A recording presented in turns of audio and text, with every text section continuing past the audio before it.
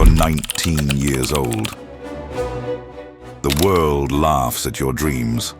You're locked in a tiny room, surrounded by piles of books, a cluttered desk, and the flicker of a glowing computer screen.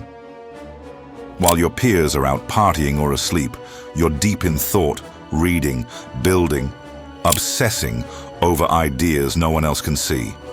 That was Bill Gates. Fast forward a few years, and that same kid becomes the richest man on Earth. Not once, but for 18 years straight. But here's the truth no one talks about.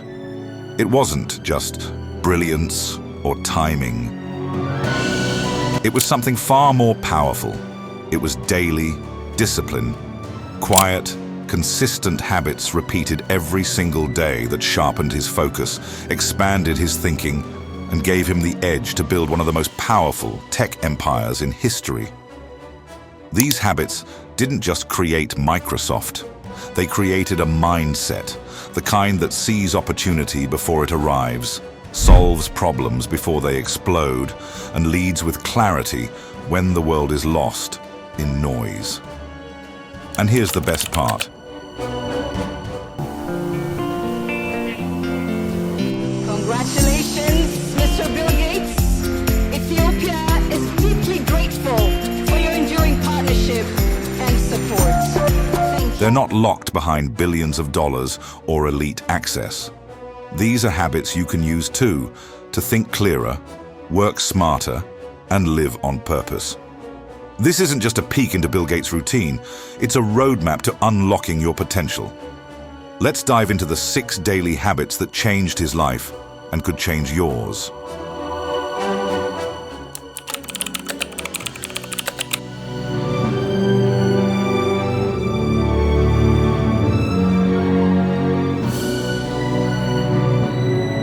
Before Bill Gates built Microsoft, before the billions, before the breakthroughs, he was just a skinny kid with glasses, disappearing into books for hours.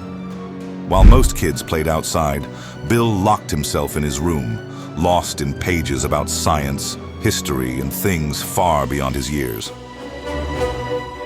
Reading wasn't just a hobby, it was his secret weapon. A quiet obsession that would later shape a world-changing mind. To this day, Gates reads around 50 books a year. That's nearly 1 book every single week. Business, psychology, technology, pandemics, philosophy. Nothing is off limits. Because for Gates, reading isn't just about consuming words. It's about building mental models, solving problems before they arrive, and staying 10 steps ahead of the world. He doesn't just read, he studies. He thinks, he takes notes, and then he shares his insights with millions through his blog, Gates Notes, a modern-day library of wisdom, straight from the mind of a billionaire thinker. In his own words, "I really had a lot of dreams when I was a kid, and I think a great deal of that grew out of the fact that I had a chance to read a lot." Even now, decades after dropping out of Harvard, Gates calls himself a weird dropout. Why? Because he still takes college-level courses, still studies, still learns every single day. Reading didn't just give Bill Gates knowledge, it gave him clarity, perspective, and the ability to see opportunities where others saw chaos. Habit number 1. Feed your mind relentlessly. Because the more you learn, the more you earn, the more you lead, and the more you see the world in ways others can't.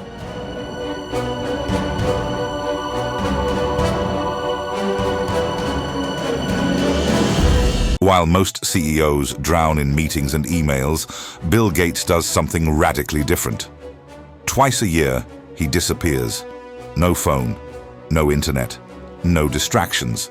Just a small cabin in the woods and a suitcase full of books, research papers, and handwritten notes. He calls it Think Week. It's during these quiet, isolated weeks that Gates does what very few people make time for, thinking deeply. About the future, about technology, about how to solve the world's biggest problems before they explode. This isn't relaxation. It's a strategy. It's a vision. It's war room level planning in total silence. During his Microsoft days, these think weeks were legendary. Engineers and executives would submit memos and ideas, hoping Bill would read and respond. Some of Microsoft's most pivotal decisions, born in those quiet, forest-bound days. Every minute of his life is scheduled down to 5-minute blocks. But when it's time to zoom out, he gives himself space to breathe, to escape the noise and forecast the next 5, 10, even 20 years. He once said, "We always overestimate the change that will occur in the next 2 years and underestimate the change that will occur in the next 10. That's not just a quote. It's a warning. If you're only reacting to today, you're already behind. And Gates? He's always looking ahead. Only through focus can you do world-class things, no matter how capable you are. Habit number 2. Make time to think deeply, regularly. Because clarity doesn't come from the chaos of busyness. It comes when you step back and see the whole board.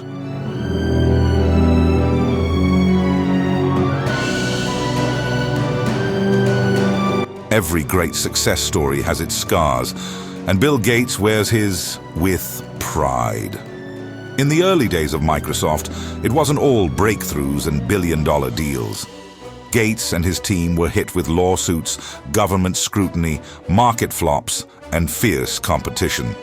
They were accused of monopolizing the software industry. Critics lined up, regulators circled. The media doubted him. But Gates didn't panic. He studied the pain. He leaned into the backlash. Because to him, every challenge was a teacher, and every failure, a blueprint for the next move. Most people hide from failure. Gates runs toward it, not to enjoy the fall, but to understand why it happened, how it happened, and what must change next time. Even inside Microsoft, he encouraged his team to take bold swings, to try, to risk, to fail forward. Because real innovation isn't born from perfection. It's born from experiments, missteps, and course corrections.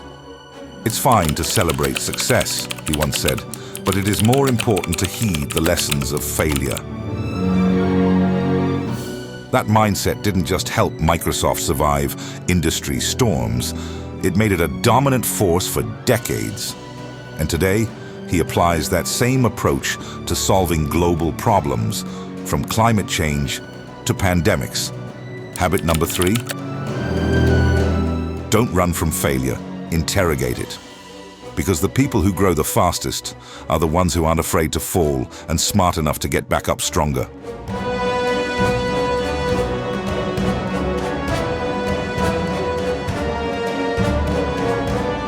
Bill Gates didn't just stop at building Microsoft. He shifted his entire life's mission toward healing the world. In the 2000s, after decades at the top of the tech game, Gates did something most billionaires never do.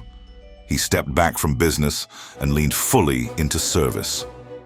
He and Melinda transferred $20 billion in Microsoft stock into a foundation. Not for headlines, not for PR, but because he believed that wealth without impact is wasted potential. Today, the Bill and Melinda Gates Foundation is the largest of its kind, working to eradicate disease, improve education, and lift millions out of poverty. Their vaccine programs, like Gavi and the Global Fund, have saved tens of millions of lives.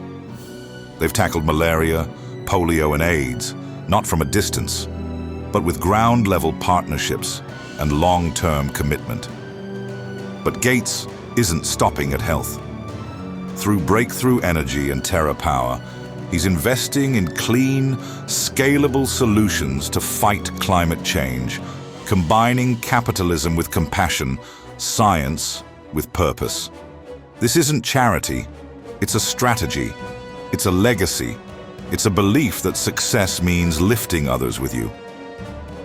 The belief that the world is getting worse, that we can't solve extreme poverty and disease, isn't just mistaken, he said. It's harmful. He reminds us that the greatest leaders aren't the ones with the most power. They're the ones who use their power to empower others. As we look ahead into the next century, leaders will be those who empower others. Give back, lift others, lead with purpose. Because the real measure of success isn't what you've built. It's how many lives you've helped transform.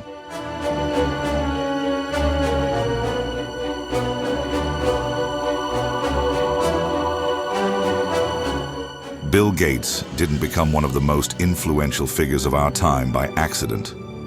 His success wasn't just about intellect. It was about intentional living. From devouring books like fuel for his brain, to vanish into solitude just to think, from embracing failure as a teacher, to protect his mind and body with quiet discipline, and finally, to use his fortune not to build walls, but to build a better world. These aren't just daily habits. They're a philosophy, a lifestyle, a blueprint for anyone who doesn't just want success, but meaning. Because true greatness isn't about how much you know or how much you earn. It's about how much you grow and how many people you lift along the way. So if you want to live an extraordinary life, don't just watch what Gates has done. Live how he thinks.